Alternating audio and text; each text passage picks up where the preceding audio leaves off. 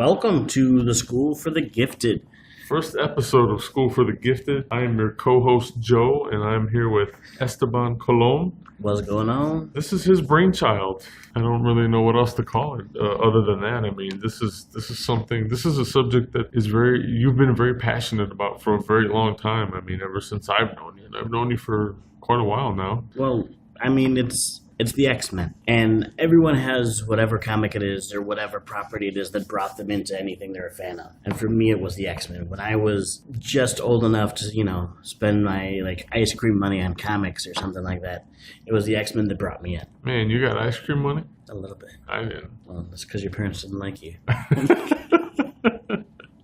Can you remember, obviously X-Men got you into comic books. Can you remember the first comic book you ever bought? First comics I ever bought were, that I bought or got, because those are two different questions. My mother used to get me some of the comics from the, Aldi's or secondhand store or something Yeah. So I got my hands on some, ABC Warrior stuff and Judge Dredd and stuff that, probably twisted my head around a little bit because, they're talking about war and all sorts of craziness that I might have been a little too young for, but I don't know, it was great. And, when I went looking around and, checking out what, the local library and whatever I could get my hands on, that's when, I really kind of dive bombed into the X-Men. Okay. I remember the first big storyline that I kind of was swept into was Inferno. Okay. And if you're unfamiliar, Inferno was where Hell came to Earth, brought by Madeline Pryor, the ex-wife of Scott Summers and the clone of Jean Grey, working with Hell to take over the world. And when they came together, it was in a very strange period of time. Because the X-Men were believed dead. They were living in Australia. They weren't coming up on cameras. And X-Factor, who were the original X-Men, were running around. And the teams had been separate. So you have people who were huge friends who hadn't had a chance to realize each other are alive. And there are a lot of issues going on that weren't really addressed until this miniseries, until this crossover event. So coming in, you got to kind of feast on all of the running backstories and the things that were going on all at once. Is this the first X-Men crossover? Oh, God, that is a great question. I doubt it, because actually I'm certain it's not. But for you it was. For me it was. It was my first X-Men crossover. So after reading Inferno, or bits of Inferno, what was it that piqued your interest most? Was it a certain character? Was it the team in general? Was it their situation? I think I'd have to say it's kind of the situation of the team. X-Men, especially at that point in time, but I feel like in their history, it's kind of been their lot in life to fail a lot more than other teams, especially under Chris Claremont's run. The X-Men would very regularly be torn apart. One of my favorite examples was there's this group of supervillains called Nanny and the Orphan Maker. And Nanny is mutant with the power to kind of control people's minds when she sprinkles her fairy dust on them. And she lives inside a robot egg. And she's rescued a young mutant from himself, locked him in a suit of armor, called him the Orphan Maker, and they run around with the intent to, stop mutants from growing up and becoming dangerous and raise them and keep them as children and protect them. Okay. So Nanny and the Orphan Maker, there was 1 month where Nanny and the Orphan Maker appeared in both X-Factor and the Uncanny X-Men, which was the only X-Men title at the time that wasn't X-Factor. So when she appeared in, and when I say that, I mean the actual X-Men team. And when she appeared in X-Factor, the original X-Men, Jean Grey, Cyclops, Angel, Beast, Iceman, Jean Grey had to save their lives because X-Factor trounced them so badly. The ship was about to crash. She stops it from crashing, and the bad guys slipped away at the end. Then you see them appear in the X, and that was because they saw them coming. It was a head-to-head fight. Nanny and the Orphan Maker couldn't take them down. So then in the same month, you see them in the X-Men. And in the X-Men, they got the jump. They showed up while people were asleep. They started dusting them in secret. And it was brutal. They just tore the team apart.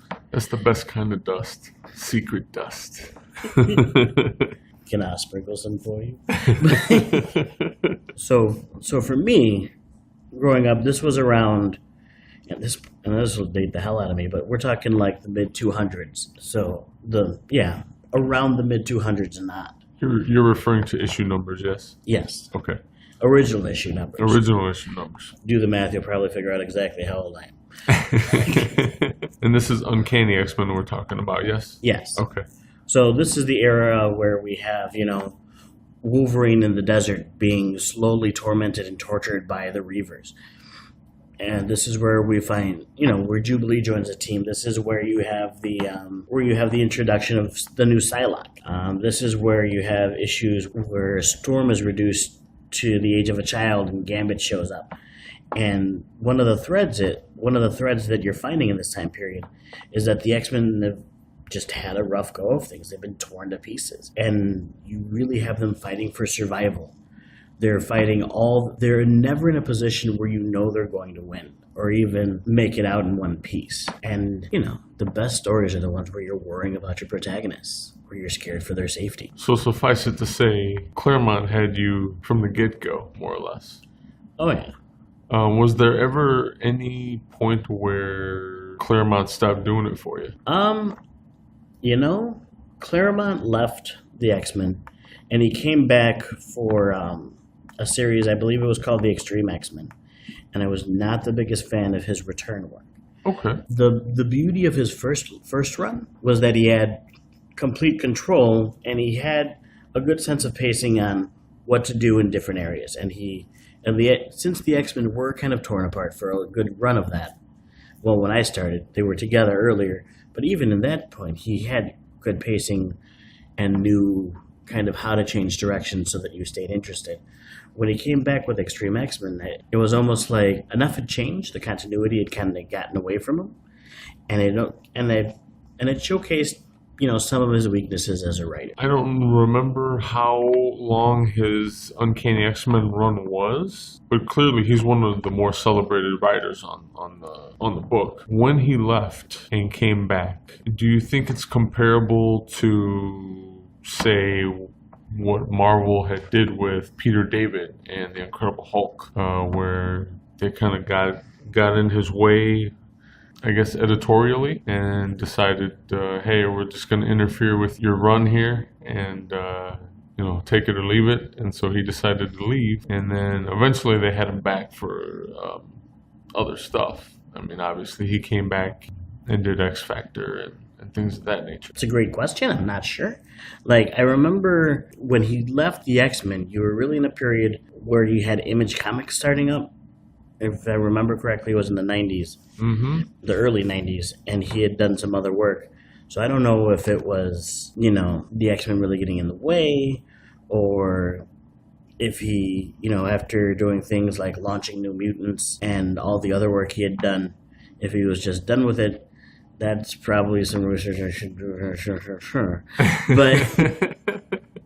But by the time he came back, it was a different beast. What was it? I think Extreme X-Men was the early 2000s, 2004, if I remember correctly. And it just, again, like another beast completely. Pun intended. That was bad. I love it. But yeah,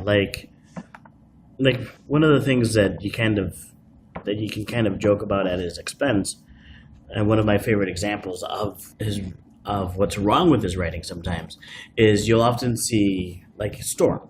Everybody knows Storm is claustrophobic. But one of the reasons everybody knows Storm is claustrophobic is because every time she walked into a closet in a Chris Claremont book, she'd give you a diagram, a dialogue balloon the size of your head, talking about, what happened to her back in the day when the building collapsed. And they could be 2 issues back to back. And you're still going to get that dialogue balloon, right in the middle of it. So to you, that hindered his. Well, I figure, by the time he came back, there's less of an expectation in 2004 that people were picking this up for the first time, and that maybe they were reading a graphic novel, or maybe they were, had been fans for a while. So, you're not going to be running those same explanations every issue, just expecting it to be somebody's first. I mean, I can't fault them for that because I love, you should write like it's your first, everyone's first issue. But there's a better way than, back in the day, I was cautious.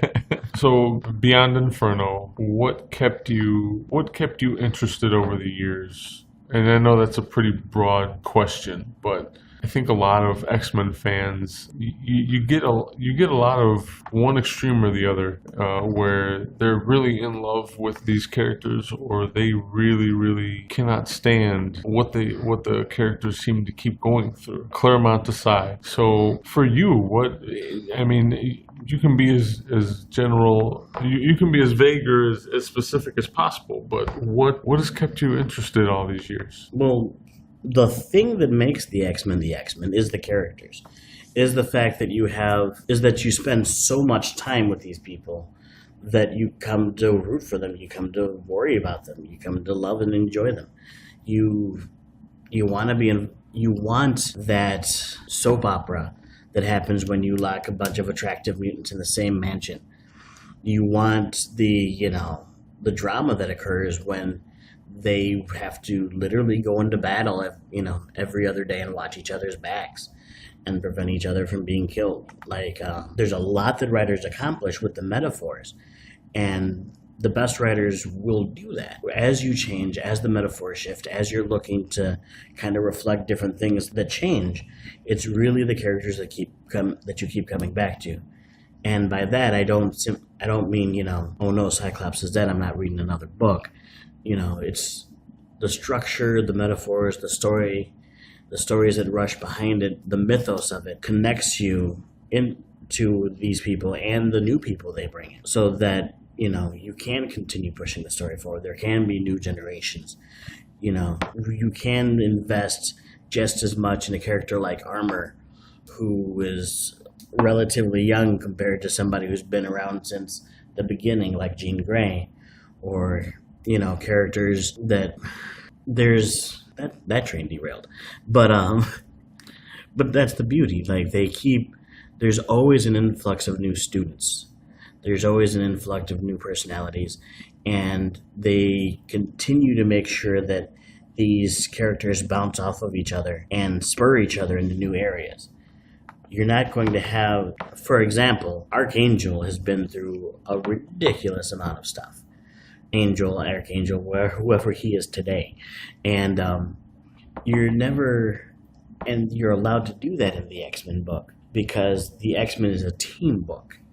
And you don't have to reset any character, because it's about the family, it's about the group. I'll say more group than family, because they're not quite like a Fantastic Four thing.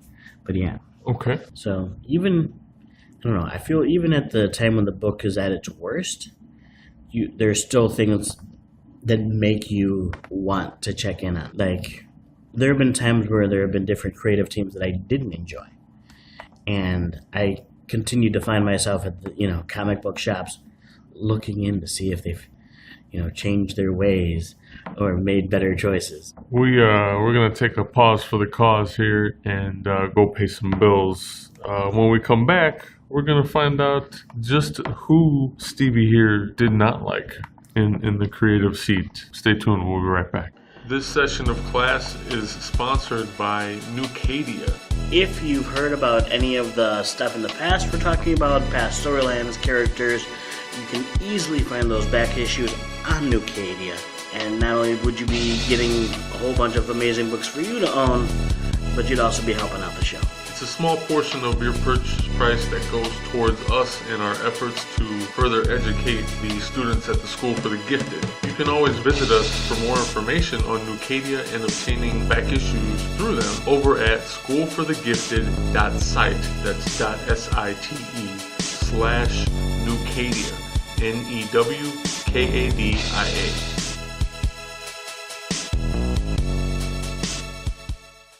All right, and we're back. Before we left you to pay some bills, we were talking to Stevie here.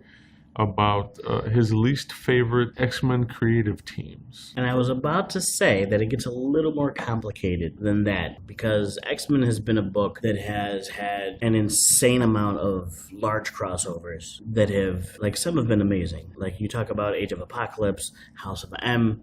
There are things that have done a lot for the creativity of the book and have gone well. I think we're going to cover. I think what we should do is cover crossovers in standalone episodes. And I agree, in the but future. they change the way you're interacting with a book. So for now, give me one run, give me one creative team that was definitely not your favorite that you can think of right off the top of your head. One that I can think of off the top of my head, the Poptopia run. And the Poptopia run was actually a writer that I read. Joe Casey and Ian Churchill, and this was about the time where they were having a lot of the popular English writers come into the book and come into all the X books and kind of have their way with things and do a lot of, make a lot of fun changes. What I found with the main X-Men series was that they had great ideas about mutant culture and great ideas about kind of advancing the story of mutants in the regular world. But it was, how do I say this? But the characters were sacrificed on that altar. The characterization suddenly shifted without anything that seemed to have caused that. Okay. So, all of a sudden you're reading the same character. You're reading a book where you have different characters with the same faces as the people you've known and loved from before. Could it be said that the characters had become less dynamic? Actually, I would say it was more that the characters shifted to move the story as opposed to the story moving for the characters. Like, most of the things that I flock to, I find I am very character-centric. I want the narrative to be controlled by what makes sense for them. And when you change the characters for the story without the story creating a catalyst for that change, then I recoil from what I'm reading. So clearly there's been many X-Men rosters over the years. And this is kind of the main reason, I guess we could say, you have decided to do this project. You did say you are very character orientated. This is kind of what this podcast is going to be about, is rosters of characters, almost fantasy booking your favorite X-Men teams. True or not? Oh yeah. For those of you who have not read the first post, you should check that out before listening to the rest of the podcast. You can pause right here and always come back. That's the beauty of internet radio. It's also written in a way where most of the team ideas are described in their own paragraph, so you can open it up to the side and read along as we're going through, and you're going to find all the information you'll need to understand what we're talking about. Let's cover each of those ideas in the first post here. Initially, you mentioned X Factor. Yeah. Now, X Factor, as detailed in the article, originally was a place where the original X-Men could come back when there wasn't room for them on the roster. Then it changed into a government team, and then it morphed into an investigative team, each time changing to kind of promote a different leader. The first time you had Cyclops and Jean Grey, and the band was back together, and they ran around having their adventures.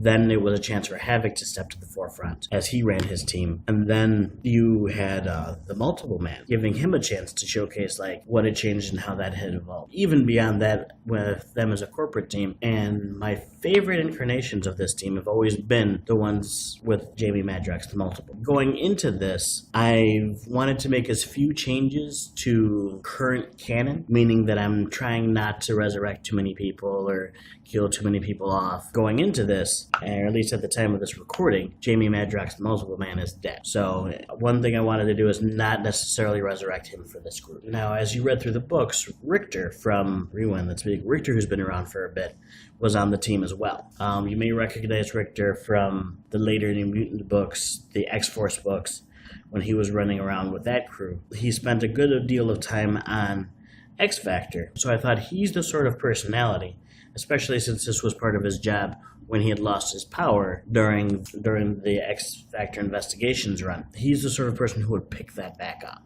and would want to be a member of the mutant community in the mutant places like Mutant Town in New York. So when you're populating a team like that, you want to populate them around a couple things. One, how they would interact with the stories that would be happening in that space and how they'd interact with each other.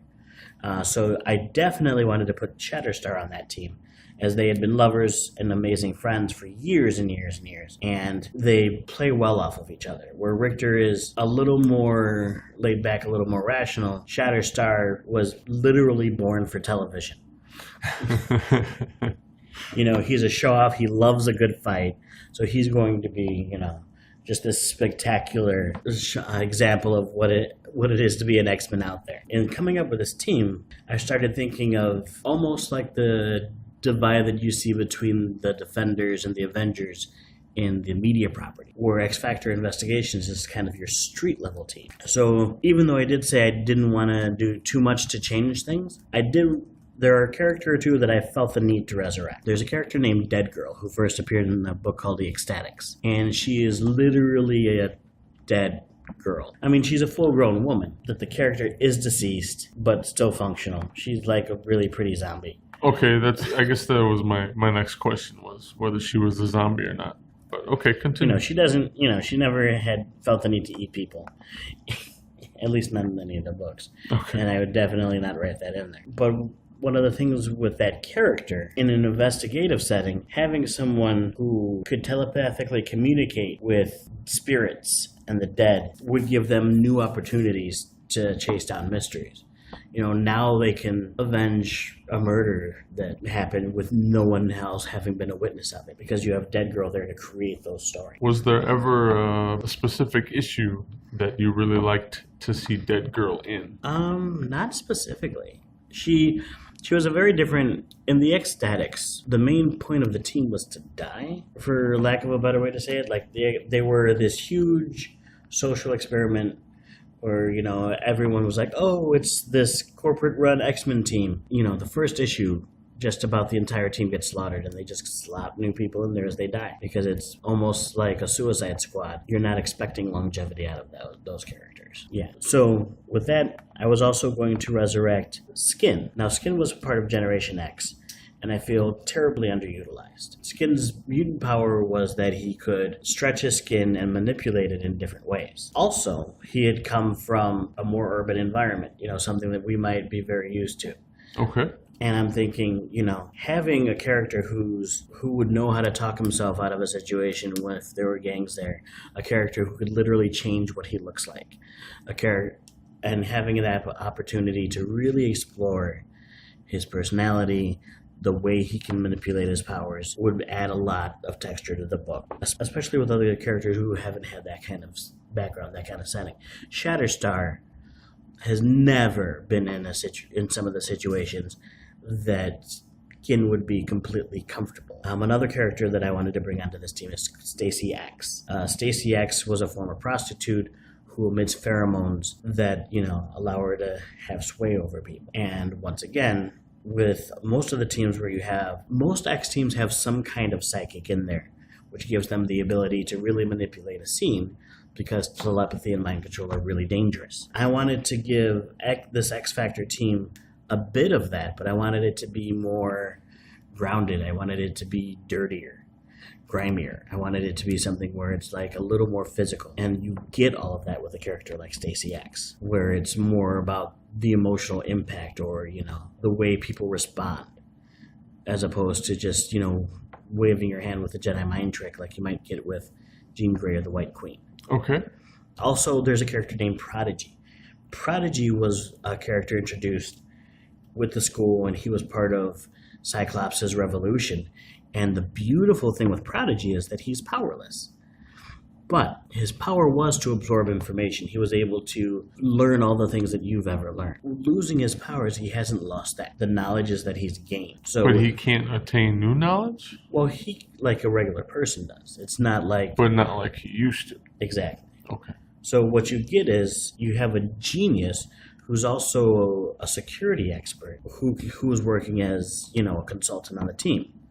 So with Prodigy, you have the opportunity to do like super secret spycraft, have people breaking into facilities. You have all the between Richter and Prodigy, any conversation about any situation gives you an opportunity to reveal whatever information that the readers of the book might need, because if anyone knows it, it's Prodigy. There's a character in the Generation X book that was relaunched in 2017 with Jubilee named Hindsight.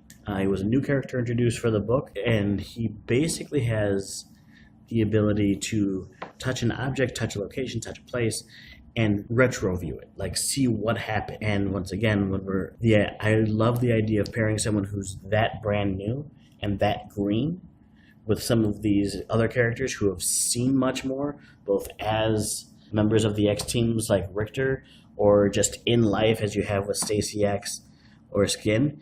And this person who's like a brand new schoolboy, but has a power that's so useful to that environment. Let's see, that's most of the team. I also wanted to include Hollow. Now, Hollow used to be known as Penance, and that was because, and that's with the Monet and her family, and things get a little complicated with them because they decided she has a pair of little twin sisters, and that all of them can combine in different ways to make different people. It's interesting. It's like a weird Mutant Steven universe or something. But the oldest member of that family had punished his sister and turned her into this monster. But then eventually she was able to escape, and the monster remained. And this monster is a very sharp, a very dark, a very tight, dense person who doesn't speak much. Like, she has the capacity to, but she hasn't been socialized. So having something that is the perfect stalker in the dark, having something that is your obvious Wolverine type, almost that person that you're bringing back from the brink in a team like this, where her skills could be extremely useful. But you also have a place where everyone spends a lot of time together. So you're going to pull out the personality, and you're going to see how patient people are with her, and you're going to see the way she responds to these differing worldviews. And it's going to be almost, a brand new wash over her. One last thing I wanted to do was include the character Gentle. Now, I'm not very knowledgeable about him. I'll admit that right away. But one of the things that I love is that he is the base. They've given him the basic bruiser power set, but he's a pacifist. I love the idea that the only real huge muscle on this team is someone who doesn't want to use it. And one thing I would really look forward to is the exchanges between him and Shatterstar, where Shatterstar is going to want to jump into a situation and cut everyone to ribbons and dance his way up through the cannon fodder, and Gentle's like, there's a back door. We ain't got to do that. So that becomes the X Factor investigation team.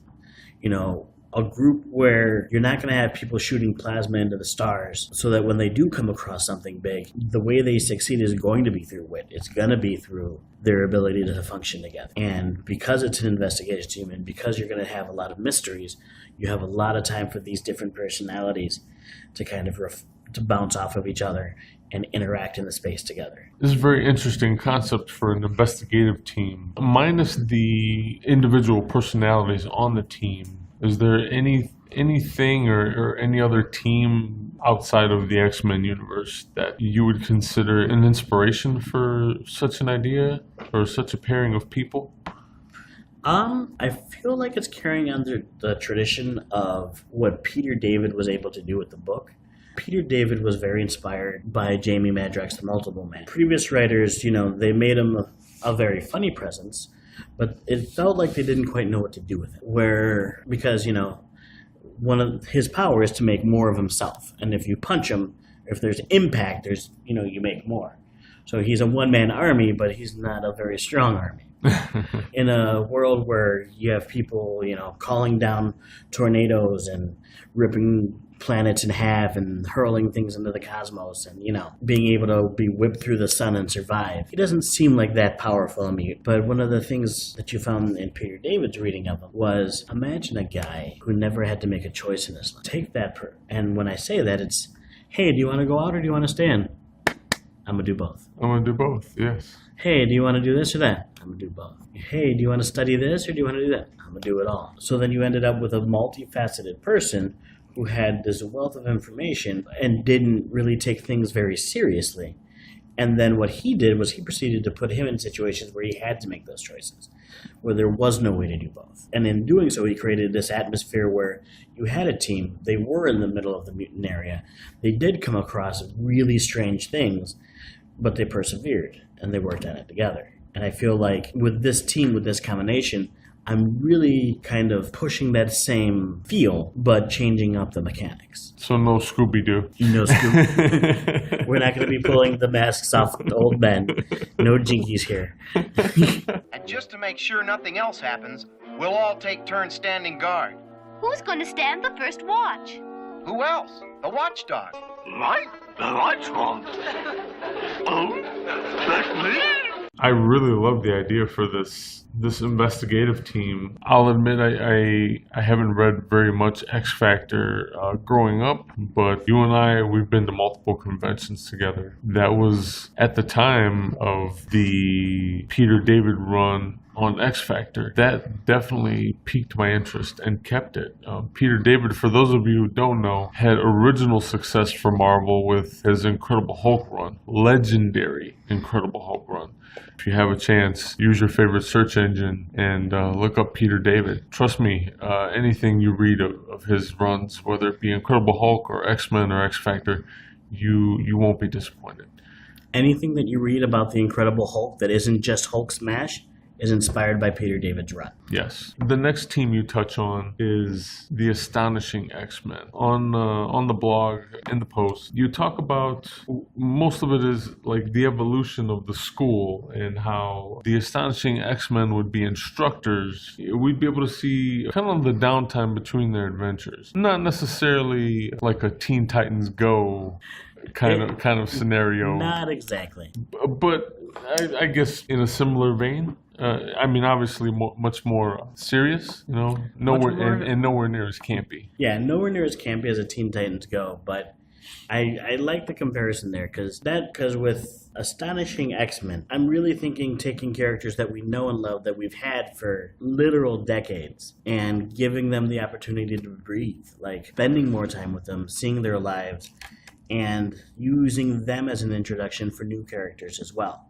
Like when you think about the Xavier School, and you think of, or the Jean Grey School, or whatever damn name they have right now, but when you think about that school, the technology they have, the people they have, the resources they have, is amazing, and the opportunities for student growth and for things that could happen in there are amazing. She's not on the team, but one example that I really like is Eva Bell. Eva Bell has the ability to travel through time, and the X-Men have long since had illusion generators. They've used them to make Nightcrawler look normal, and they've done so since like the 90s, and they have really advanced technology. So you can do a book where Eva Bell takes a classroom into, the Dark Ages, and they just kind of go around and each have experiences in that location that impact them. And I think that would be an amazing one-shot for a book. And by making the Astonishing X-Men a group of teachers, you can tell smaller stories with individual members and students, or you can tell larger stories where they all have to come together to protect the school, or they all have to come together in order to, help someone out. Going back, I guess you could say this team would be kind of, at the very least, steeped in what would be known as the Whedon-Cassidy run on Astonishing X-Men, correct? Where you did have, it wasn't like they didn't see action, but at the same time, some of the situations you're describing about your fantasy booking here of the team, we do see downtime, we do see the school evolve, we do see a lot of instruction from the members, whether it be Beast or Wolverine, what have you. There is a lot of informing of it from the Joss Whedon run. One thing that I would veer a little away from is Joss Whedon did this amazing arc about race of aliens and a villain named Ord. It was a great story. It had amazing turns by all of the characters, and you really got to see their mettle, which I don't find tested often enough. And it was absolutely beautiful, and I probably wouldn't do anything like it. And I only say that because one of the beautiful things about this team is that while being steeped in that, while the idea of the book is very much informed by Whedon's run, the members themselves, have been a big part of the X-Men for most of the existence of the X-Men. Much like the Gold Team of 2017, I have Kitty Pryde as the leader. Storm is on the team, Nightcrawler, Colossus, Prestige, and even though in a later article I kind of do a little bit of slamming of the Gold Team makeup, I really love those characters and I really love those pairings. It is great to have Kitty Pryde and have Colossus there together, where you can have their relationship affect what happens in battle, where you have a friendship like that between these characters, where Storm has almost been a mother to Kitty, where Prestige, also known as Phoenix, also known as, Rachel, the future daughter of the possible Jean that may never be. All of these people are very closely related. The shift I'm making from those books is that I want to put Siren and Dazzler on the team. And I want to put Siren and Dazzler on the team because Siren has often felt like an outsider in a bunch of the books she's been in. She's also a very underutilized character.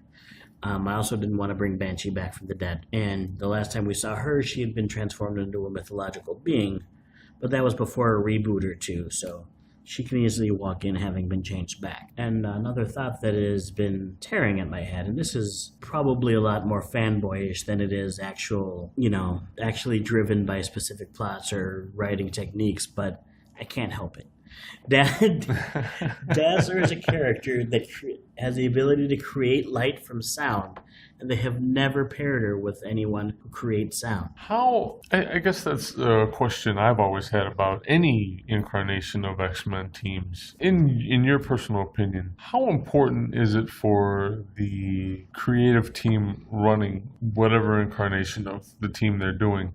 How important is it for these people to really know the limitations and boundaries of each of the characters that they're using on these rosters? Because as you just said, you have a character like Dazzler, and it seems like no one knows what to do with her. And clearly, they all have their certain mutant abilities and whatnot. You would think there's almost like an untapped fountain of ideas with this character that seem to just keep going by the wayside year after year. Obviously, this is what we're doing. We're fantasy booking X-Men rosters. How important is it to you for you to be, I don't want to say super knowledgeable, but knowledgeable enough to let these characters grow properly? Well, if you're going to use a character, you should know what you're getting into. One of the crimes that I feel has been made, one of the biggest crimes on the X-Men characters has been the evolution and de-evolution of Cannonball. Cannonball you saw as a new mutant,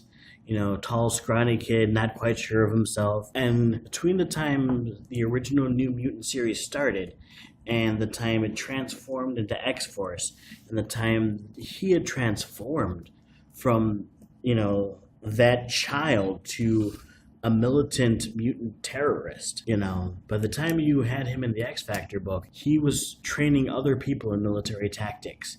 He could raid a shield base by himself. He had become a shadow of Cable because of Cable's leadership, because of Cable's training. And then when they bumped him up to the X-Men, they wanted to play him like, he was the hick boy who was getting his chance with the big boys. And when you do something like that, you're destroying the very reason why people wanted to see these characters in the first place.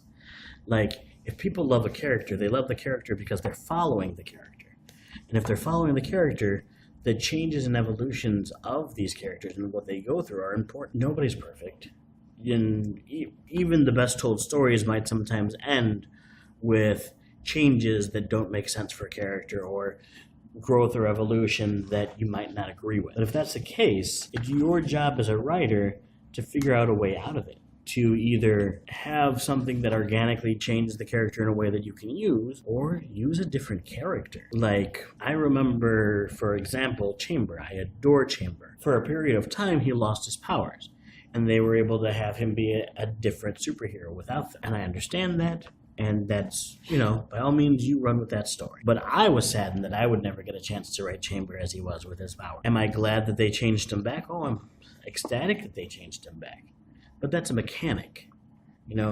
Mechanics come and go. When it comes to character traits, when it comes to the people they are, those are the things that you have to honor. Those are the things that you have to know, which is my roundabout way of answering your question.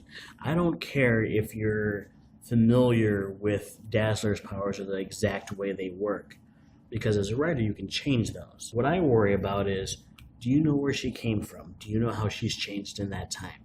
And how do you expect to use that as you go forward? Okay. I don't know. Maybe it's just me, but if you're sitting here telling me, here I have a member of my roster who is able to take sound and turn it into light, yes. Mm-hmm. I mean, the idea it's in it of itself is fascinating. It's something that I would love to know a lot more about. And then it equally excites me to take all that information and put it into play within the character.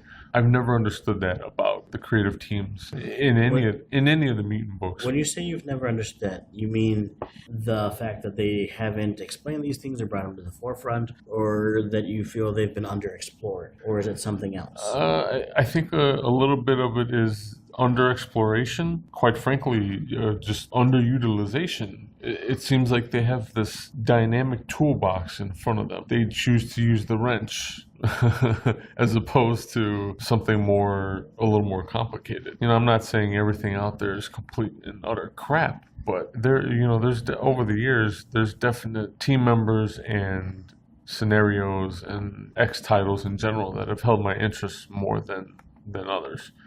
Because of this. Well, in saying so, you remind me of one of the things that's become kind of a theme with Iceman is the exploration or lack of with his powers, where for the longest time he had been kind of a very unmoving character. He had been kind of trapped in this unaging space. Age and time is a completely different podcast in the Marvel Universe, but he had been caught in this space where he wasn't evolving, he wasn't really changing, he wasn't really growing. They did this amazing thing where the White Queen ended up in his body. And being the White Queen and wanting to get information that wasn't available, she is ruthless. She's willing to do whatever she needs to make it happen. You got to see things out of Iceman that you couldn't even imagine up until that point. And from that point forward, it's been kind of thrown into his face how little he's learned about his powers, how little he's learned about what he can do. And now you have, like with the Iceman miniseries, where he's really exploring himself as a person, as a character, with his powers, kind of taking the time to, and I think and it's not always the best series, but I love what they're doing because he's exploring himself as a mutant, as a person, as all the separate parts. And that's the kind of growth that is the stuff that attracts us to these books in the first place. Yes, definitely. You mentioned, as part of your astonishing crew, you mentioned Prestige. I'm not very familiar with Prestige. What can you tell me about Prestige? Okay. Prestige has been around for a long time. And the beautiful thing about Prestige is you probably know her, but not by that name. Prestige is the name she has been given in the X-Men Gold book to kind of help her step out of the shadow of her mother. She's been Phoenix. She's been Marvel Girl. She's kind of had these different names. And if you remember from Days of Future Past, the leather-clad mutants with the spikes going down their suits, that would hunt down other people. Yes. She was the one who was introduced with that. That's her. Okay. That Phoenix character, that it was a frighteningly powerful telekinetic psychic that they used to find others. And she found a home in our reality, in our time, where she was able to become a hero and kind of escape all those things that were a part of her past. And as time gets really willy-nilly, she also ends up being like the mother of a religion that brings Cable into the future so that Cyclops and Jean Grey can raise him in different bodies. But, comics are weird. But I find, one of the beautiful things I find about her is that they did with her what they decided to do with the Young X-Men all over again. I believe that book started when they brought the all-new X-Men book. And they took the Jean Grey template. They gave it a completely different chance to grow in a completely different direction. That's what I love about Prestige. she could just be, Jean Grey 2.0. And if you're not paying attention to all the stories she's been in, she is. But they gave her they raised her in a completely different way. The stories have pushed her in a completely different direction. And now, she's this strong character that really values personal connections and has experienced what it's like when all that's broken down and taken away from her. Where would your Astonishing team set up shop? Where would be home base for Astonishing? They're the teachers, so they have to be in the school. The location of the school Yes. I don't find that to be particularly important. Honestly, the school has to be someplace that you can get to easily. I wouldn't put my school in limbo. I wouldn't put my school at the bottom of the ocean. You laugh, but this has happened before. Yeah. Central Park is an inspired idea. That's what they started when the 2017 release of X-Men Gold. In the comments, if I get a date wrong, please forgive me.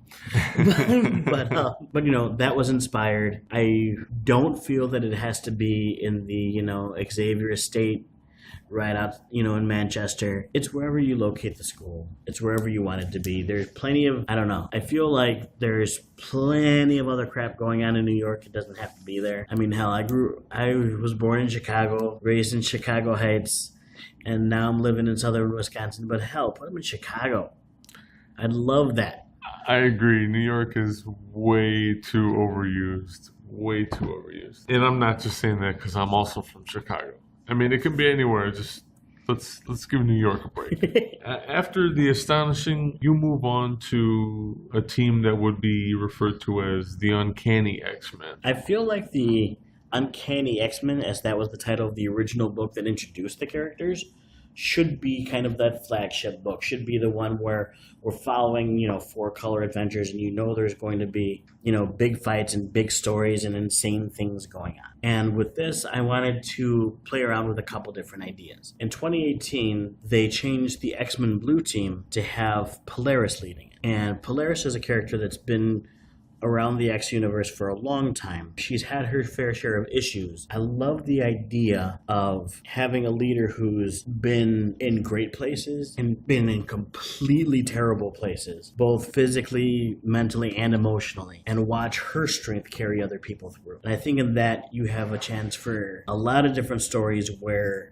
she understands if someone loses their shit. She understands if someone's going through things and they're having problems. She also has this need to feel like she has it all together. She also has this need to feel put together and puts extra stress on herself because of it. And I think as leader of the X-Men, that's going to create so much fucking drama. It's going to create so much extra drama. It's going to be amazing. Let's see. On this team, I feel like what you should be working with what should be the modern face of the X-Men. When I think of the modern face of the X-Men, the first thing you think of is X-23, because she is the new Wolverine, because she is a really cool character. Have her on that team.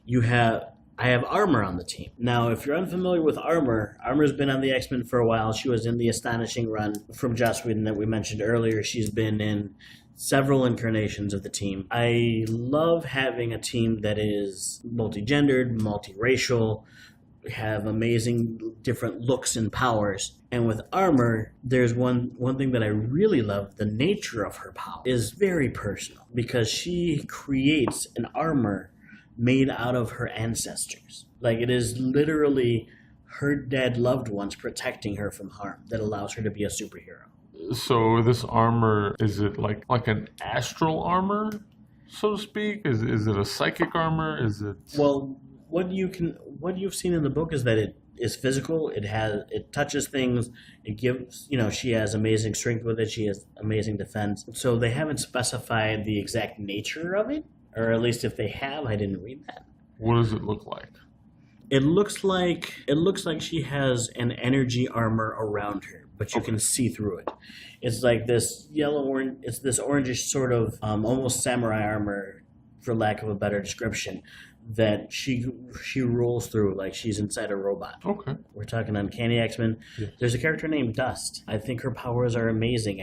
I know too little about her, so I would obviously do a little research before I started writing the book. I've kind of skimmed through her background, some of her adventures.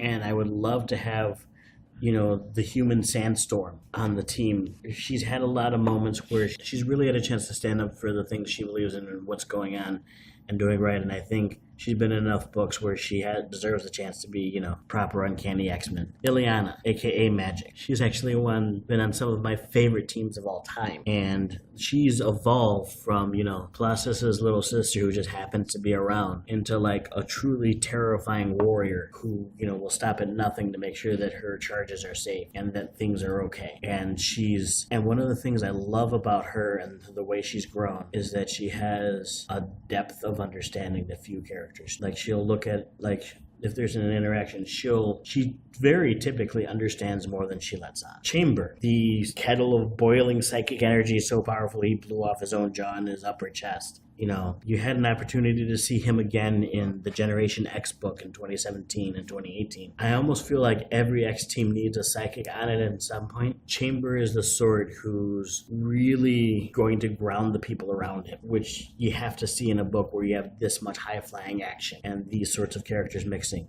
I want Northstar in there. One, because Northstar is a Canadian Superman. Like, how do you not want a gay Canadian Superman on your team?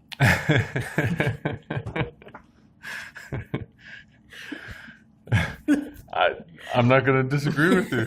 I mean, he's super. He's swell. but no, Northstar I want for a couple reasons. And one of those is that I would really like to have a chance to explore the nooks and crannies of his personality. I am a little too unfamiliar with him, and I would like to know him a lot better.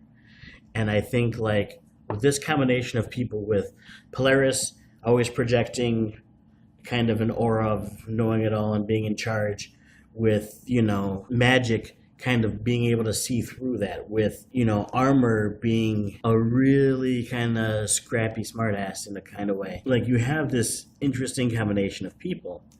And one more I wanted to throw on this team is Warpath. Now, Warpath has been around since the X-Force days as a member of the X family, and he's the brother of Thunderbird. So Warpath is Thunderbird's brother, and I feel like he's been channeled the wrong way. I mean, sure, he came out in X-Force, and it's almost like they did the opposite thing with Cannonball with Warpath. Okay. Where they decided to kind of reboot Cannonball and have him, all shucks his way into the X-Men.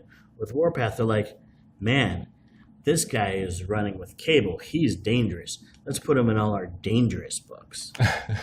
And I feel like he needs almost a redemption arc. He needs an arc where he gets to be the good guy, where it's not always about killing your enemies before they kill us, where he gets to save people. And I really want to see give him the chance to wear that and experience that, which is why I really wanted him to be a member of this team. Yeah, and that's my Uncanny X-Men squad. We're going to take a pause, pay some more bills. When we come back, we're going to head on to the next X team, which is X-Force. Please stay tuned.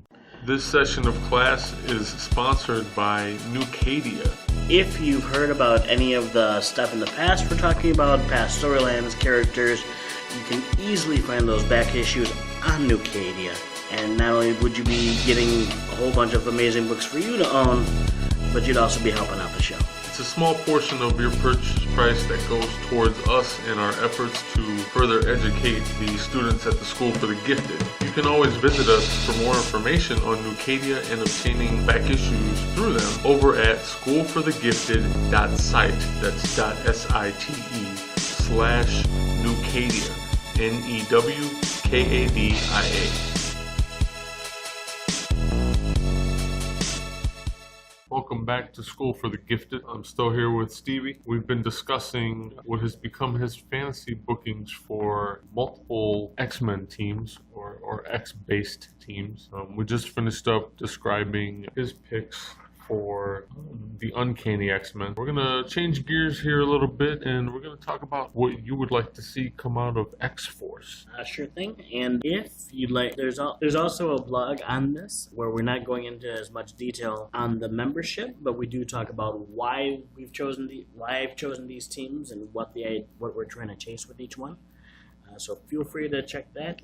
read it while you're listening to this. It all works out. With this X-Force team, my thought was that it would be more of an investigative unit. Not investigative like, taking cases for people and chasing down mysteries like you would see in X Factor. Not as in like a more street style team like that X Factor one, but more like chasing down things that may affect mutants. Chasing down threats that we don't know where they are. If someone's not in jail, where are they? What are they up? So instead of waiting for someone to show up and try to kick the door in, this is the group that's going to be breaking into Shinobi Shaw's private quarters. The only reason I found that funny and joked about it is because for a stretch in the 2000s, anytime the X-Men fought Shinobi Shaw, they broke into his private pool. And it happened enough times where they joked about it in character. He's like, do you know what I'm getting in the water? Can you sense it? So, but this would be the team that would be showing up in that space. The idea is that you have, not only do they get to find, the new anti-mutant cult, the new mutants that are coming together, the Brotherhood before they're launching their plans, but you also get to explore, like, what do the X-Men do when someone's trying to go the straight and narrow? What if they find Blob and he's just trying to be a guy? Like, do they harass him? Do they help him? Like, what happens? Like, I wanted to explore some of these stories as well with this book. Is that what you mean by not on the blog?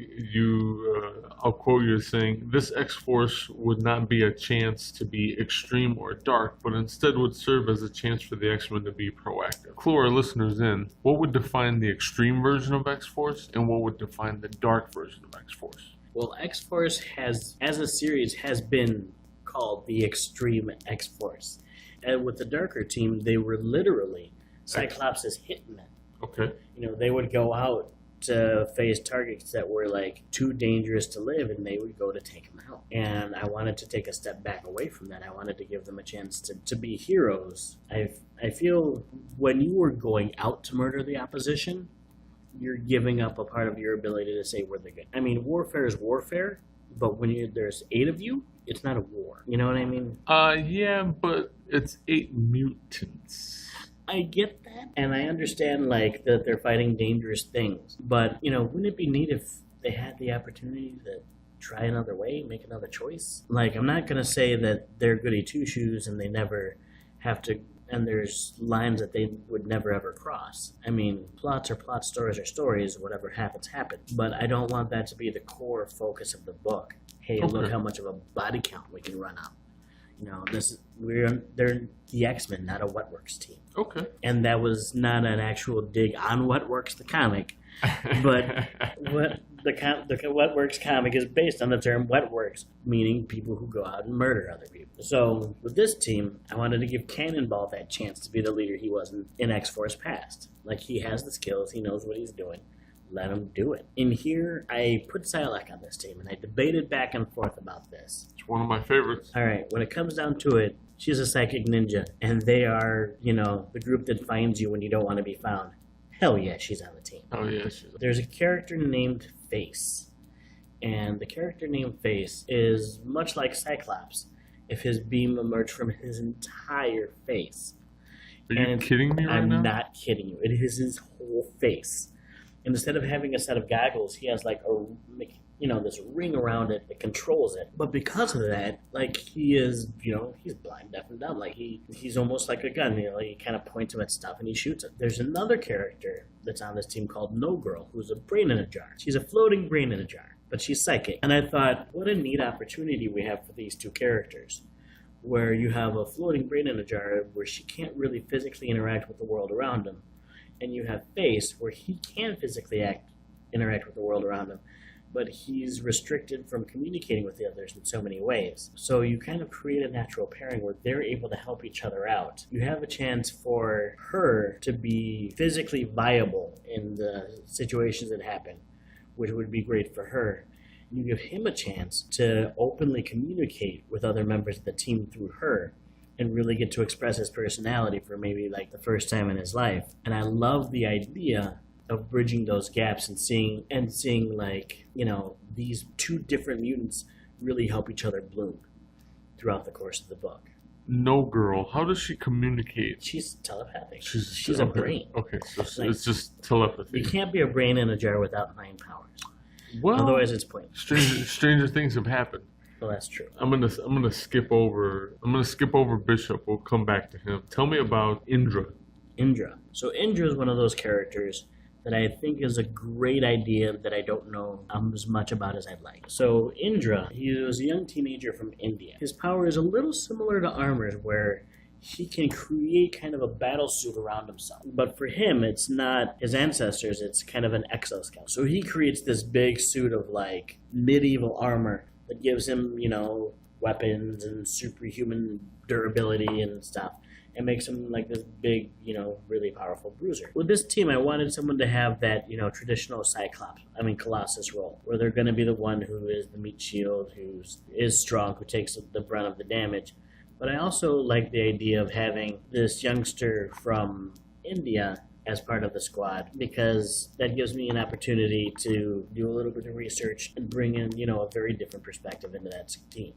I'd love to have more information on that. Like Trance, for example, is on the team because her power is amazing. And from my research, I don't think she's had a chance to really shine very much. So having a character who can project herself out of her body and be in the fights as like this floating ghost and do like research and, scouting, I think would be very useful, especially in this environment. And with somebody like Cannonball there, Cannonball is, the way he was trained is very much like Cyclops, where the team is not going to be a bunch of guys who jump you. They're going to be people who jump you from every direction, because they know the strengths of one another and how to amplify. And that's one of the things that I'd really like to play up with this group, which is why you have someone like Quicksilver, who is not only going to turn the tables on most people because of his speed, but is also enough of an a-hole to really give Cannonball some problems.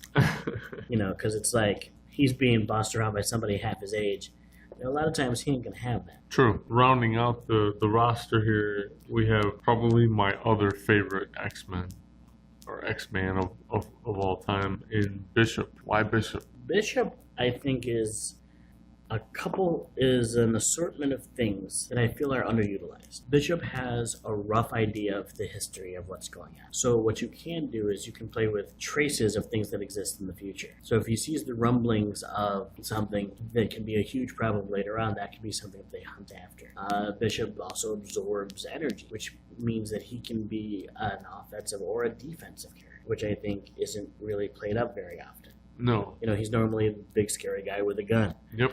But I love the fact that he can literally throw himself on the bomb, and, that's his power. Yeah.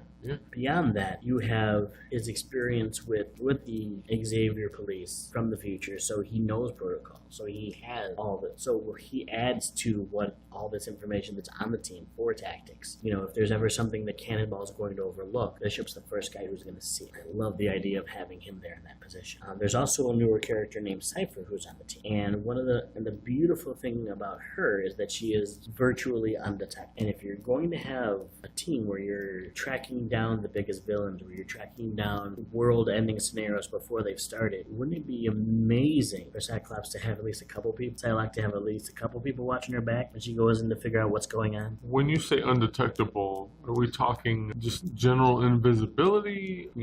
Maybe some sort of sensory blocking? What are we talking about here? Okay, so from what we've seen in the book so far is that she can be invisible to eyes and telepathy. Okay, so you don't know, you can't psychically sense her, you can't see her. She can decide she doesn't want to be heard, so you can't hear her, and she can phase through things. Nice. So, and she can, kind of float or fly. So you really have a spy that can get anywhere without being detected. I mean, there was actually a point where Cyclops and the other leaders of the X-Men weren't letting other people know she existed. More or less, she was like Black Ops. Yeah. Okay. And, this is the Black Ops team. One other thing that I really like about that mix of characters in this X-Force is that you have a mix of newer people and older people. You have a mix of people who are used to handling things, the bam smack power way, and a couple of people who are used to like putting people down for good. And especially with two psychics on the team, you're gonna have a lot of kickback where they'll be in a situation and Bishop's like, we should put a bullet in his head, and Cyclops might be like, yo, we gotta take this dude down. Or you have someone like Indra who's not gonna be down for that. You're gonna have some interesting situations, and that's basically the X-Force, or at least my X-Force. Mine. So the next part of the blog we're talking about is about Generation X and New Mutants. And one of the things with these teams is they are traditionally there for newer characters. And for these teams, I feel like a lot of it is, are they new characters that I want to work with? Are there potential personality clashes that'll be interesting?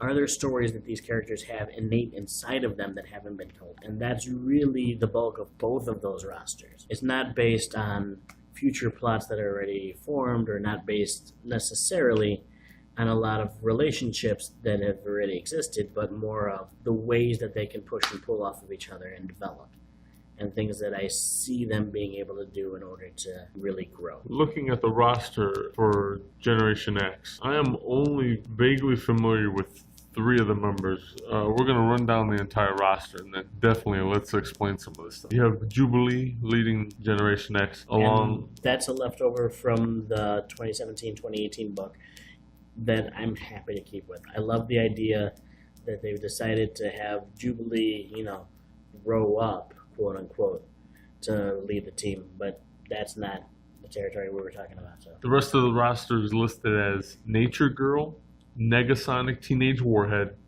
Loa, Brew, Shark Girl, and Orphan Maker. For most of the people listening to this podcast, unless you've taken the time to peruse the comic book archives here, there, or anywhere, you're probably only familiar with Negasonic Teenage Warhead from the Deadpool movie. Is that what we're looking at here? Actually, that is the Negasonic Teenage Warhead we're looking at here.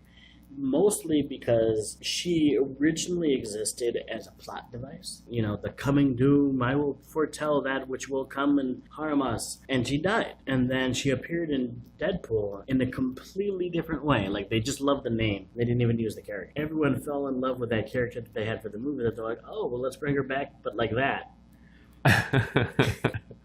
So art imitates life, imitates art. Exactly.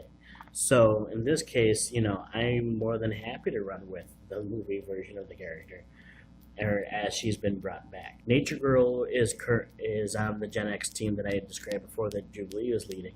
Other characters, Loa, Brew, Shark Girl, Orphan Maker, so are all characters were pretty much brought into the X family during the Academy days. And what I mean by that is there was a series of storylines that I thought were they were kind of this amazing way to kind of grow the school. Some things I dug, some things I didn't. That's the nature of comics. But one thing that was really amazing was they had decided to focus just a little less on, running around and beating up random mutants, and a little more on what was going on at the school. They had different squads, and you're pretty much looking in 2003. I don't remember what volume of New Mutants it was, maybe 2, but New Mutants had a bunch of characters in it. They were having a bunch appear in the X books. That's where you're finding most of these characters that I have listed. Eye-Boy is called Eye-Boy because he literally has eyes all over his body.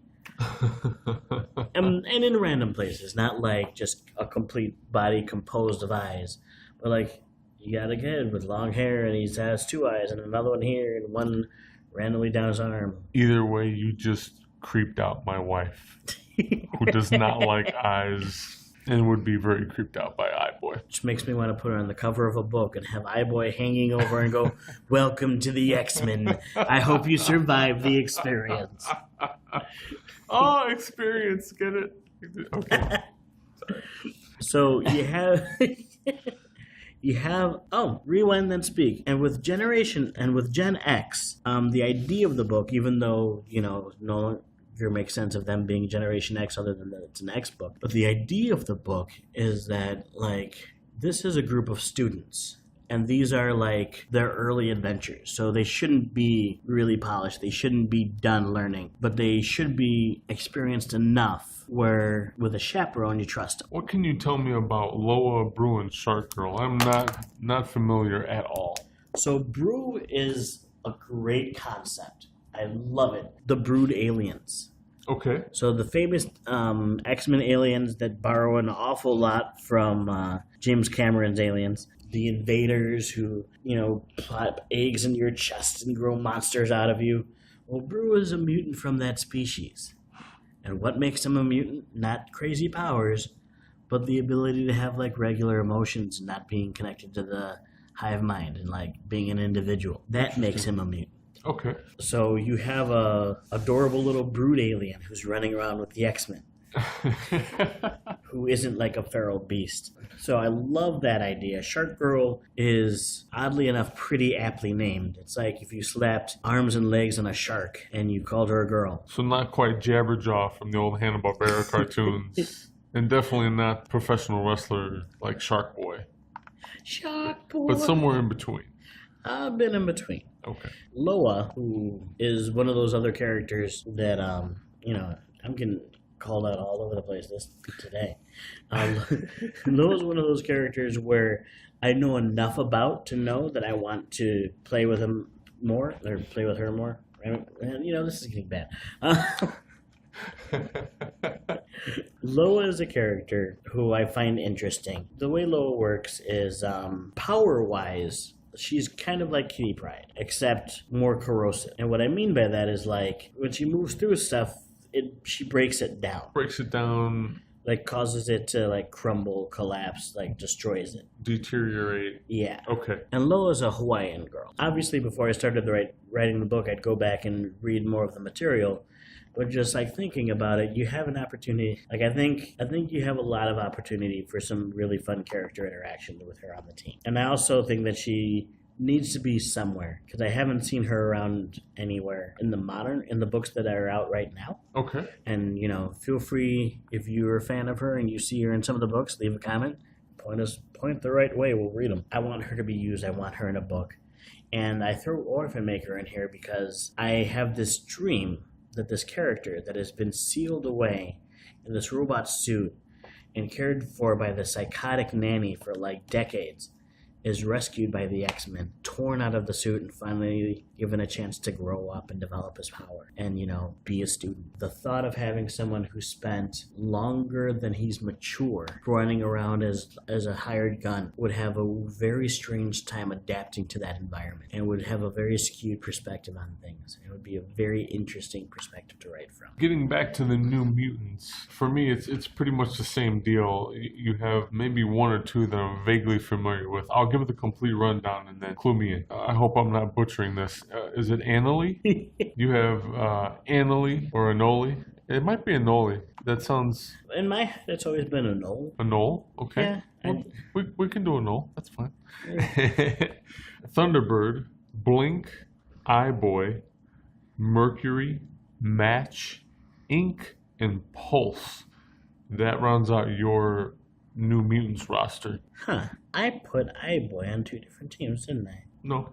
No? Okay. I just looked at it. Okay. Sorry. Getting confused there. So yeah. So New Mutants, once again. With the New Mutants, you have a team that you send on less dangerous missions. You send them on things that you think should be easier because they've been through a bit. They should be able to handle themselves. And with that, you have a Knoll. And a Knoll is this character from Illinois. Yay!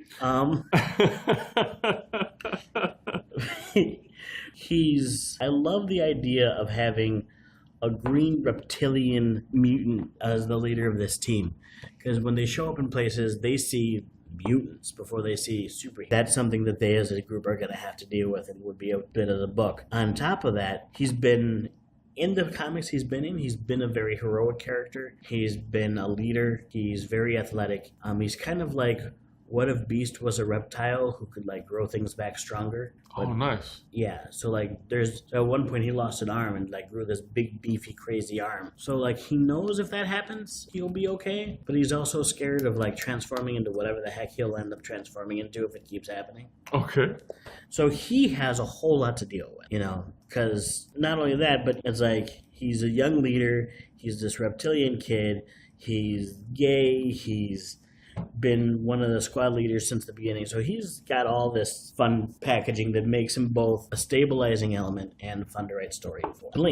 Blink is your powerhouse character. She's basically, picture the White Queen's secondary mutation where she turns into Diamond. Picture something sort of like that, except stronger and without any of the psychic powers. And she's always like that. She's always, made out of that material. So she appears semi-translucent? No. No. She's just, made out of... Whatever material that is. Yeah. Bling. That's a typo. It's not... You said blink, and I was like, why'd you say blink? It's actually supposed to say bling. Bling. Yeah. All right. That's why that was confusing me. Okay, so yeah, for those listening, we did not get the characters confused. We do mean bling. She's, and she's made out of diamond. She's this diamond-powered awesomeness. But yeah, Bling is a more opinionated character. She's she isn't scared to say what she's thinking. And she's actually the daughter of a fictional hip-hop artist. So it's what if Snoop's daughter turned into Diamond and started kicking ass? Nice. Yeah, see, Mercury. Mercury is almost like the T-1000. She's this liquid mercury form mutant. One of the things with her is she was really kind of normal until she became a mutant. And then she became a mutant, and it's kind of been an alien experience for her. Because as she is made out of mercury, she has a weird biology where she doesn't really have to eat. She melts down, and if you cut off her hand, she can just form a new one, but she's just a little shorter. So she's kind of, in her short life, she's turned from a girl into this weird, crazy mutant thing. And I think she's one of the best examples of how alien that can be to a person, which is something you need on a book full of teenagers. That's probably the best metaphor for that whole process of puberty and growing into your maturity and all that. With that, we have Match, who, superpower-wise, fire. Not too exciting, but he's also a charismatic leader and a hothead. So having that in the same place, yeah. Pun intended. So having different voices of leadership on a young team is one of those things that's going to be useful in the future and detrimental. So you'll have a chance to play with both, which I absolutely love. Thunderbird is a character who I feel suffers from centureitis. And when I say that, I mean he's this character who has this really interesting set of powers, and he shows up on the team, and it's easy for him to be overpowering in different situations. And one of the things I love about coming across characters like this is finding ways where that can be used against him, finding situations where they have to struggle, and I really look forward to something like that with him. The only other person on the roster we haven't covered yet is Pulse. Pulse. Well, I didn't say anything about Ink either. Oh. So... we'll cover these things. So with Pulse, what you have is a character who kind of really fires pulses, just a crappy way of saying it, but yeah, what he disables, he break stuff down. He'll stop you from using your powers or scramble some electronics or something like that. And he spent a lot of his time as a villain. So I really want to run a redemption story for him. I really want to give him a chance where, he's introduced to us as a thief. And I really want to see, given this chance, what happens? How do we develop this character? Is he able to use his abilities to help team? Does he kind of take advantage of what happens? I want there to be some opportunities for us to really wonder about who he is, why he's doing this, why he's helping, and how he's actually involved in Ink. With Ink, you have a tattoo-powered mutant. So there is a mutant with the ability to tattoo superpowers. And he's not on the team because all he can do is tattoo stuff. But Ink is the guy he's tattooed on. He's tatted on. So Ink has tattoo-powered superpowers. That didn't come out well. Are you saying, for example, Ink has a tattoo of a Komodo dragon somewhere on his or her body? Is that able to be used as part of an offense? Is that what you're saying? If that was the case. There are specific tattoos that he's been shown of having in the past. So, he has a pair of wings on his back, and those allow him to fly. And he has, a tattoo on his arm, which makes him, almost Colossus-like and strong. Okay. Once again, you have a character who's been, a real hothead a-hole, but he has some of the powers to back him up. But, obviously, we're going to be in situations where he needs to be with the team, where he's going to need that support in order to survive. And we're going to have a whole bunch of people where, if you expect that support, you're going to need that to give that support. So I see him as another character with a whole lot of room for growth. And, who's also going to kind of push and move things and make things harder on our young leaders. So another reason why he's there. And yeah, that's that New Mutants team and the Gen X team there. Which, if I remember correctly, brings us to the X-Statix. Yes, the X-Statix. I'm going to quote you directly from the blog. Here we'd have a chance to make the team composed of mutants who would not work together as a group. It would be a reality TV show in the form of a comic starring a group designed to bring out the best and worst in one another. So, in this book, you have a chance to not necessarily think about how well they fit together, but even you think about things that would really fry on each other. One thing, Boom Boom. Boom Boom has always been a fun character. I've always liked her. Meltdown, whatever you want to call her. She's always been one of those types who maybe talks a little too much, who maybe cares a little too much about things that might not be necessary or important in a traditional X book, but she's always been a blast. So I'm like, you know what? Let's give her team. And if we're doing the reality TV show, let's make it like a reality TV show. It's like, today the Brotherhood of Evil Mutants is on the corner. What are they going to do when they find out? So not only do you get to watch them in the house interacting with each other, because of course there are cameras everywhere. You get opportunities where they're sitting in the booth revealing what they're thinking about each other and what's going on. Okay. And you could post that in between scenes of other things. And then they have to go out and try to function as a unit with all this baggage happening. Nice. So what's the first thing I do? Sunfire. Why? Because Sunfire was barely able... Because Cyclops and Storm can't keep Sunfire in line. What's Boom Boom gonna do? Okay. Like, he is crazy powerful. He's an amazing hero. He doesn't play well with others. Gold Balls. Gold Balls is a young mutant who was part of the Schism storyline. When the X-Men broke into two units, where Wolverine took over the school, and Cyclops basically decided he was going to run a school and be a terrorist at the same time, Gold Balls ended up on Cyclops' squad. Gold Balls is a very silly character who is very excited about being a hero and very happy that he's chosen the name Gold Balls for some reason. He fires projectile golden balls that pop. He shoots bubbles with a layer of gold on them that are concussive. That's what he does. So you start off with Boom Boom, where you have someone who's been through stuff, but she's also a little kind of quirky. You have your grade A hothead a-hole in Sunfire, who's this crazy cool hero, but he's also really hard to deal with. You have Gold Balls, who's so happy to be there that it doesn't matter. And then Oya. Now, Oya is one of the lights. When the Scarlet Witch wiped out all of mutant kind, there was a mutant named Hope that was the beginning of mutants coming back. And there was a core team of them called the Lights, which was basically meant to reflect the original X-Men in a way and kind of showcase the fact that mutants were coming back. Now Oya's on the team with nothing to do with her powers. She can create fire and ice. How she really does it is she's kind of reversing. So if it's really cold, she can use that cold to create heat. Interesting. So, if she wants to shoot a fireball, she's freezing something else. And one of the things with her is that even though she's very young, she's very jaded.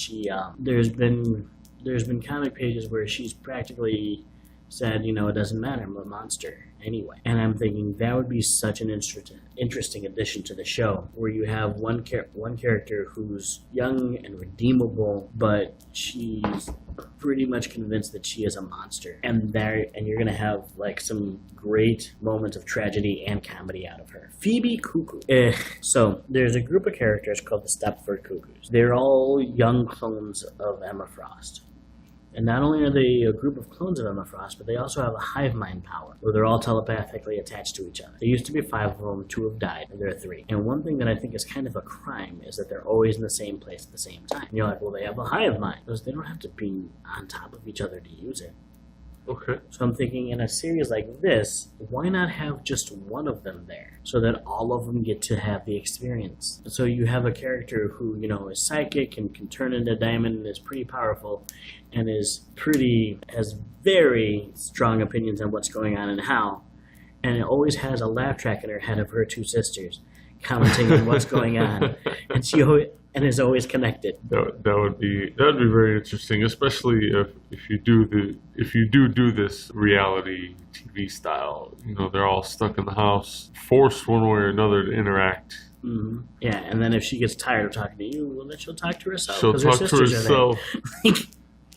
And then I round these out with Glob Herman, who is a really cool but very strange character. He looks like I think it's called paraffin, the kind of fluid his body's made out of. He's basically a big bruiser type. And when you see him, he's kind of pink jelly with a skeleton inside. Okay. You know, he's pretty strong, and in the past, he's kind of run around as the muscle for another character. But here, I kind of like the idea of getting to explore who he is without the smarter, wittier guy around to kind of give him all his cues. Have him be more than the yes man, give him that chance. And then I'm rounding it out with a character called Primal, who is like, Wolverine if he just came from the wolves. He will shit on your bed if you piss him off, because that's what he knows.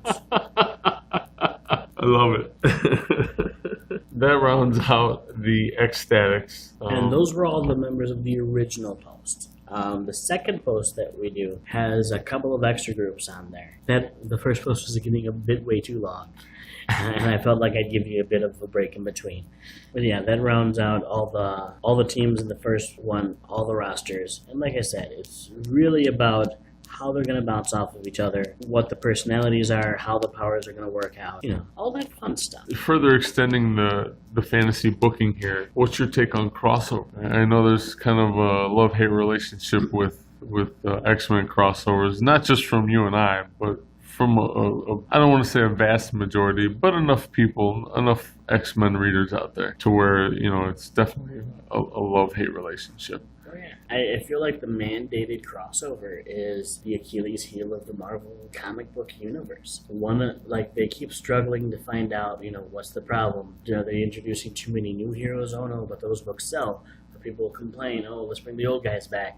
Oh, people are complaining about, what they're really complaining about is that somebody starts up a story that they're really digging, and like a storyline, and they're going through, and then oh no, summer comes. Well, that's scrap because it's summertime, and this other book needs to have a crossover, and it's like clockwork. Where your story can only be amazing for so long, unless if the book has any decent sales, because most crossovers only leave the low sellers alone, and then they get canceled anyway. So I don't know. I hate having a crossover every year or every couple months. I hate being in the middle of a crossover and looking in previews and seeing the next crossover. You're fantasy booking this. It's up to you. You don't have to have a mandated number of crossovers. I'm just asking if you would do a crossover. Crossovers are there. If you're doing a crossover, you do it for a reason, and you make it stick, and you don't rewrite it in a year. So would there be a if I had all these books and I had the time and skill and ability to write them, and they were amazing and let them go the way I planned them to, yeah, they would run, and maybe 2 years there'd be a crossover. Maybe 5 years there'd be a crossover. I wouldn't be against the idea of one, but I wouldn't want it to be something that would be mandated or predictable even. It would be something that happens organically in the role of the story. Or it would be something that is such a huge story, is such a great story that impacts so many people that you have to cross it over. There have been a lot of books where, one team really could have dealt with that, but it became a crossover. I have a lot of problems tied into that as well. Crossovers tend to be used as a way to clear out characters that aren't doing well. I think that's a terrible practice. It's a way to clear out books that aren't selling so well, and that's a terrible practice. If it's not selling well and it can't sustain itself, change it or cancel it. Don't jam it down our throats if we're reading something else. Have you ever thought throughout your years as an X fan that there was a point in time where there was just oversaturation? There was too many X characters, too many X teams all at once. My perspective is kind of skewed. As long as they're different and they each have their own space in the universe, I don't think you can never have too many X teams. Which is why one of my focuses in that article was why they exist as a unit instead of just saying, let me get 4 X-Men books. So as long as they don't overlap, that's fine. And as long as you don't have, I think that's the thing. As long as they don't overlap in theme or story or characters, you can have as much as you want. It's when you start having the same characters show up in 3 books when people start having fatigue. It's when you have the time-bending Wolverine who is an Avenger X-Men member of the Fantastic Four, That's always been an issue with me as a comic book reader, especially when it comes to Marvel. You do get those overutilized characters that just seem to be in every team, everywhere, all at once, and it gets to be too much. That is the reason I don't like Wolverine anymore. I used to love Wolverine when I first got into comic books. Now I can't stand it. Yeah. Well, And now, he's got a whole family. There's a whole slew of Wolverines. I can't. I haven't picked up any Wolverine stuff once. For those of you that are out there that do read Wolverine in any capacity, more power to you. You can read for me, because it'll be a while. well, I agree with you in a way. Like, Wolverine is terribly overused, in a way terribly misused for a long time. Before he died, he believed that the students shouldn't have to fight. So Cyclops was an evil man for making them fight, so he had to bring the school on one side. But he also believed that with the Phoenix Force coming back, he had to hand over hope to the Avengers so that they could stop the Phoenix from coming to Earth and lock her up or kill her if they had to. And this is within the same, in the same time period. Same guy, both choices. Wolverine has gone through so many popularity-based character changes instead of story-based that I agree, he became very unreadable. And then when they had a book released called The Wolverines, what the heck?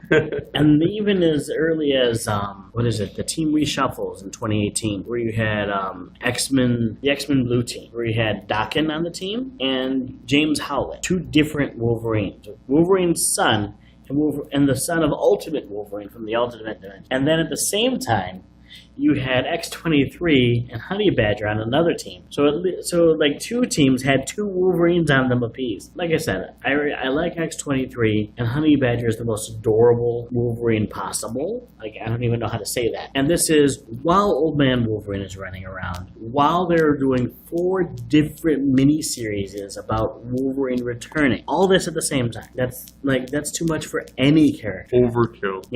I'd rather have it in the Spider-Verse. Is nowhere near as aggravating as that. And I'm not a fan of the existence of the Spider-Verse. Yeah, neither am I. Any closing thoughts? Any last bit of information you'd like to put out there? Sure. My closing thoughts for this, especially on these stories in this article, is that it's really one run of a fantasy. And by that I mean, if I wanted to grab a group of characters and start running with stories right now, without an overarching theme, without really planning to address specific things in the Marvel Universe, these are my first choices. I could probably recast these teams 25 different ways because there is a depth of characters and possibilities in the X-Men, because there are so many rich possibilities. One of the other things that I've been thinking about is there was a time when they had the X Corporation, when they went international. And how is this for an idea? Instead of having Uncanny X-Men and X-Men Red and X-Men Blue and X-Factor and X-Force, what if it was just different locations?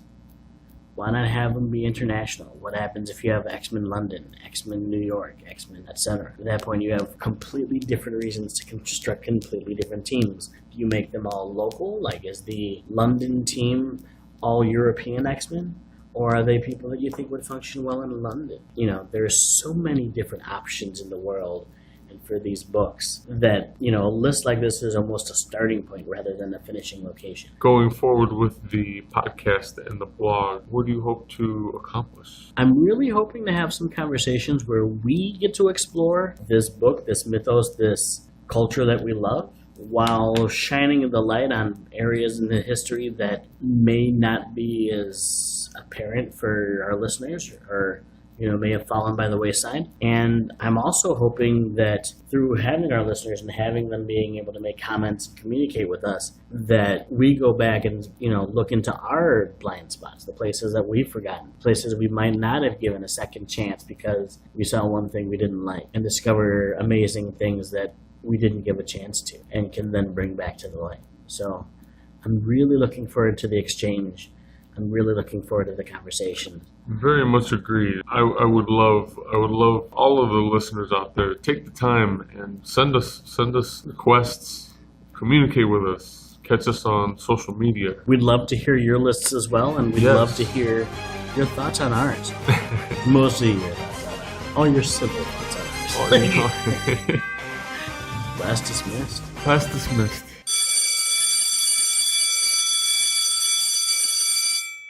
allow you to control my mind.